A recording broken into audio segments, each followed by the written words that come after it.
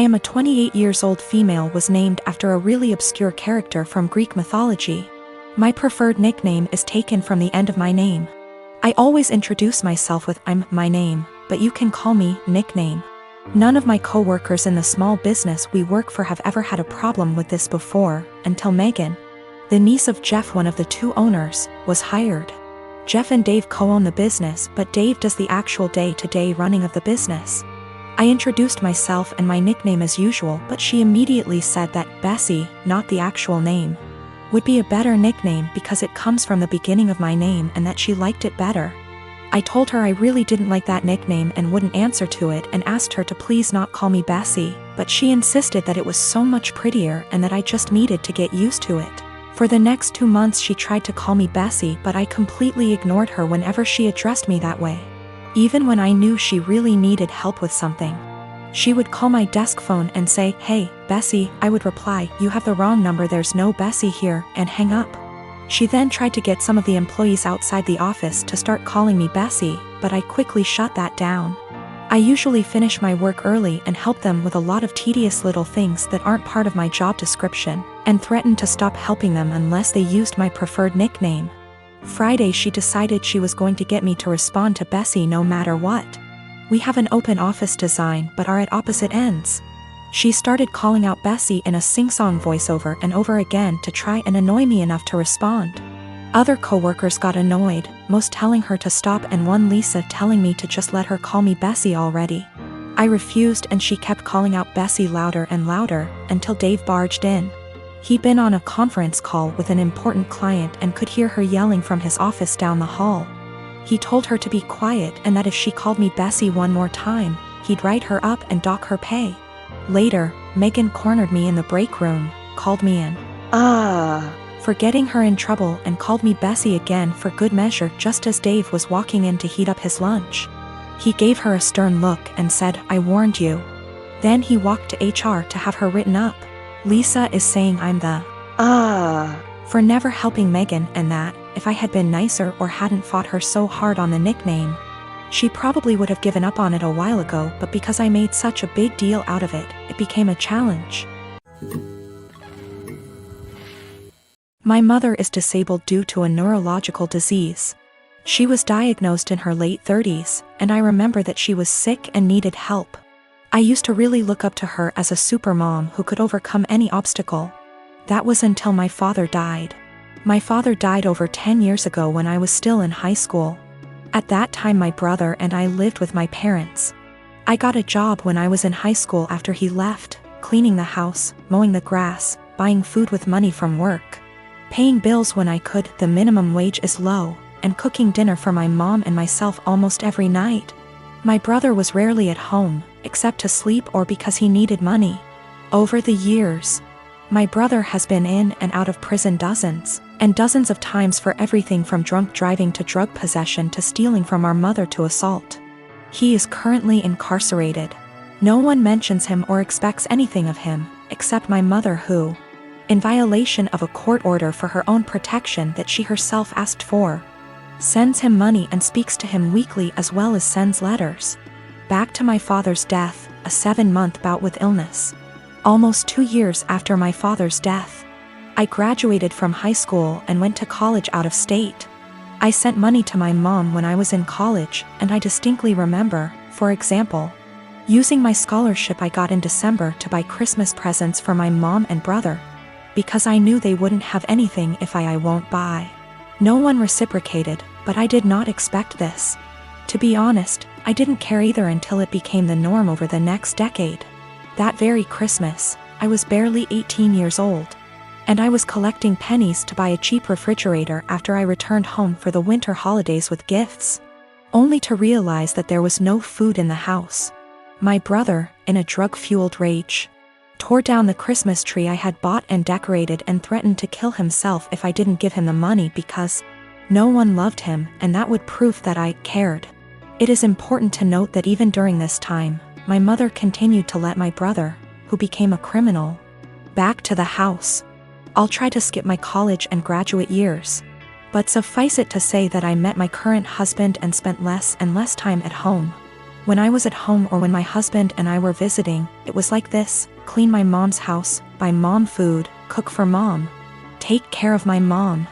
I was and remain very firm with my mother that I would not let my brother in my life, as he threatened to kill me over the prescription cough syrup, threw me down the stairs and broke down the door to get to me, and some of the money I had at the time. I have no doubt that he will try to harm my child, my husband or me in order to get what he wants. He told me he would find me and he would teach me a lesson for his perception that I wronged him for not giving him money. And I have zero contact with him. I have blocked all numbers that have anything to do with him, including friends he calls from outside the prison. P.S. My mother let him take my number from her phone. I told my mom for years that I didn't want to have my brother in my life until he stopped using drugs for at least 1 year. To date, he is unable to do so. He stole tens of thousands of dollars from her. She always says she won't let him back into her house, but she eventually forgives him and the cycle repeats. The next year, when he was released again, she told me in no uncertain terms that he would not live with her, but admits that she keeps in touch, sends him money, and thinks it is the devil in him that makes him addicted. He will return. I offered to help my mom move closer to me since I live in many states. My husband and I even asked the realtor to come out and start the process of registering our house so we could find a house with space for my mom. My only stipulation was that she not drag my brother into my son's life. She categorically refused. She also refused to go to nursing homes, despite the fact that I went to her of my own free will and received excellent recommendations from her doctors. Now that she had surgery this week, my family is out of the slums. To be honest, I'm outraged by this. I had people who couldn't even send me a mutual Christmas card and told me that I was neglecting my mother, refusing to take time off from work and go to her place to take care of her. They don't care that I don't have days off and that I will most likely lose my job. One even stated that I wouldn't put groceries on my desk. I wouldn't work for such an employer. It's easy to say those words, but say it to my hungry baby. They said, "Who do you think took care of you as a baby?" And frankly, it hurts me. Sometimes you have to learn how to deal with life. You can't just ignore it, because getting on with life means losing your job. Walking away from my toddler in his growing up years and taking care of my mother, I guess. You can probably tell at this point that I'm fed up. I am in a stalemate when literally the only surviving family members tell me to quit my job, my family, my young child, to take care of my mom and help her. They also refuse to give a timeline, saying it will be as long as she needs it. I am expected to take care of her 24 hours a day, 7 days a week, no questions asked. I also feel strongly that they resent my mother for asking them to do me a service. Even though I have explained many times that I offered her to stay with us and have the operation here, at no cost to her, mind you. And she refused. In response, they tell me that she has the right to be close to her friends. I also tried to explain that by bowing to her at every call. They give her an opportunity, but they don't want to hear it. They don't seem to hear me when I try to explain that. For example, helping her get out of the physical therapy room a week and a half before her doctor's recommendation gives her an opportunity, and ultimately hurts her independence. She is used to everyone doing everything for her. For example, during the last visit she was very upset that I did not take her to Walmart, because she had to go there almost before the baby went to bed. It was not emergency. She wanted to look around. My mother, in all this confusion, has taken the position that although she doesn't want me to lose my job, a good daughter should take care of her mother. Frankly, I am very hostile to this statement, because my mother did not call me on my birthday before my father died. I tried to build some kind of relationship with my son. I always try to chat with them or talk on the phone. And in the last 12 years I can count on the fingers of one hand how many times she called me just to tell me about me, or my son, or ask how we are doing. If she does call, there is always an ulterior motive, money for my brother or for her, because she gave my brother everything. I'm on the edge. I can't work full-time, take care of my family, and expect to hear several times a week how bad a person I am for refusing to give up everything I've worked so hard to take care of mine, mother. No matter what, I love my mom. My husband and his family saw it unfold, and several people remarked, "Why are you even trying? Meaning trying to schedule calls so she can talk / see my son. I invited her to my house earlier this month, scheduled plane tickets, airport assistance, etc. Just to watch her play on her phone or spend time playing with the dog instead of reading a book to my little one who just wanted her attention. Today, as if the last straw was needed, I called to check on her and she stated that she was going home against the doctor's orders because her dog needed her, because the dog was sick. First, he has a very minor skin condition that is almost 100% cured thanks to her friend giving him a prescribed ointment. Secondly, my little one got sick this week, meaning he didn't go to kindergarten for 3 days. And even after I told her about it, she never called to find out how he was. Just like she never called to check on him when he came down with the flu last year, or when he had a mysterious week and a half illness earlier this year that resulted in 4 doctor visits and a temperature of 104 degrees. I can't take it anymore. I am literally writing this as a last resort. My husband tells me not to talk to anyone, that's the whole family I have left except for one paternal aunt. Because he sees me cry when hurtful comments and guilt come into play. He sees me trying to hide it from my child. But then I feel like I'm giving them what they want, right? Look at little Miss Potato, such a bad person and so inept at dealing with life. She just chose to ignore us all.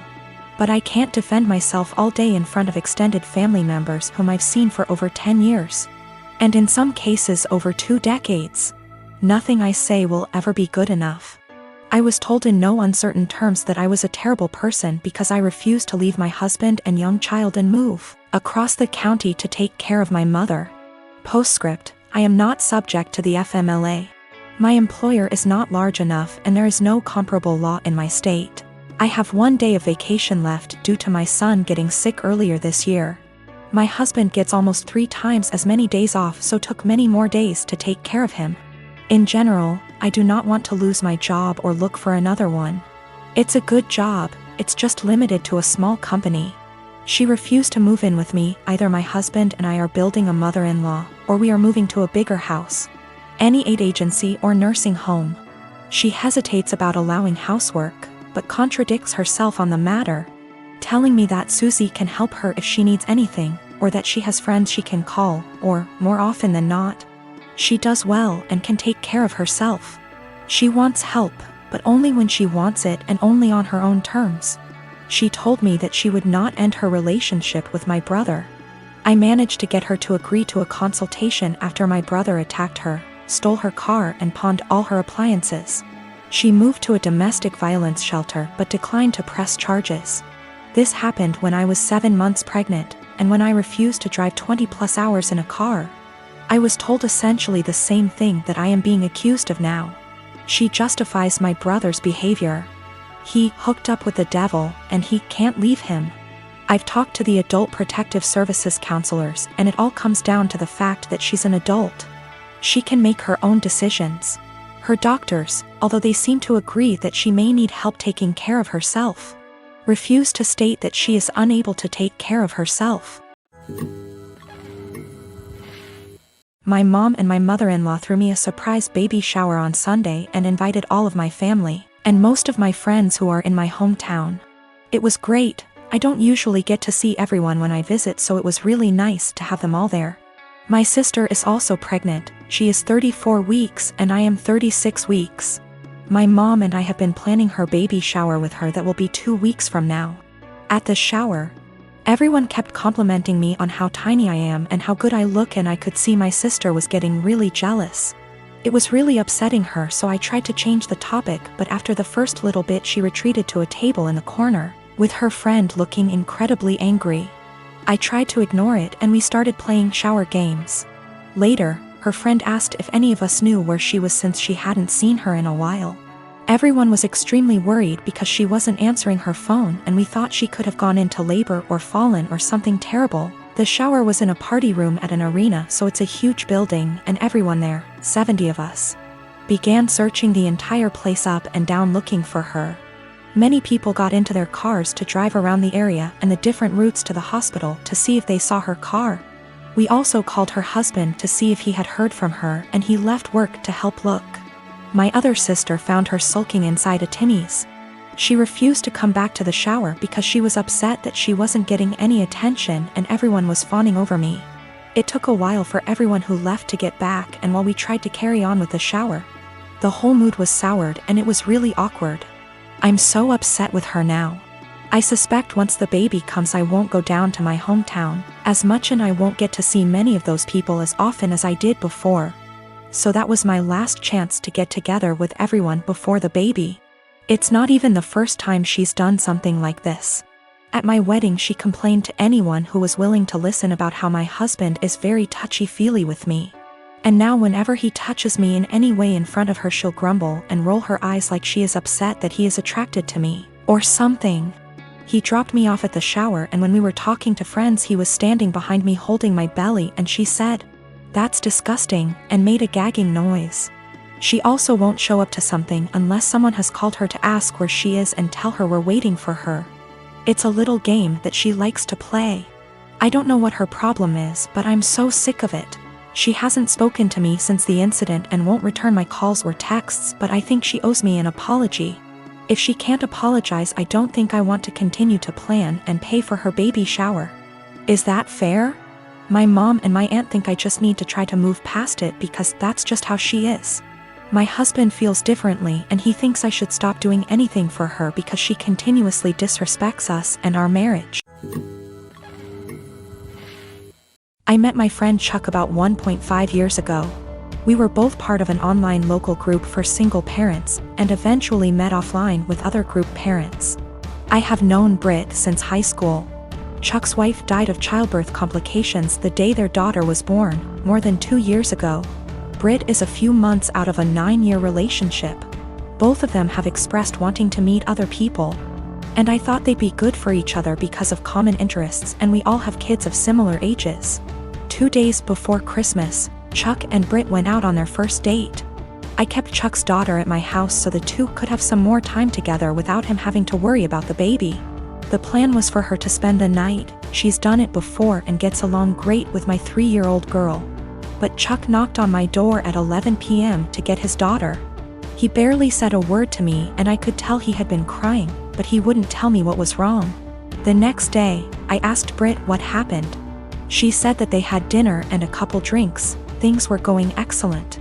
She said she felt like they had great chemistry and were even getting physical at his house. But he suddenly told her to stop and to leave immediately. She swears that she has no idea what she did wrong and is really hurt by the whole thing. I believe her because she is really sweet and social. I've never seen her do anything to piss anyone off. I tried to talk to Chuck at the same time to get his side of the story and see what went wrong. All he said that he wasn't feeling it and didn't want to discuss it further. I didn't push it, but when I went to wish him a Merry Christmas a day later, I saw he had deleted me from his social media. I texted it to him instead and asked, "You okay?" But no response. I am seriously hurt and don't know what to do. Chuck has become one of my closest friends, and our daughters are the best of friends too. I am really worried that this has something to do with his wife. And I want to apologize if he felt like I was pressuring him to date after her death. At the same time, I don't want to overstep boundaries and bother him when he's having a hard time. It's been over a week and I'm worried / upset.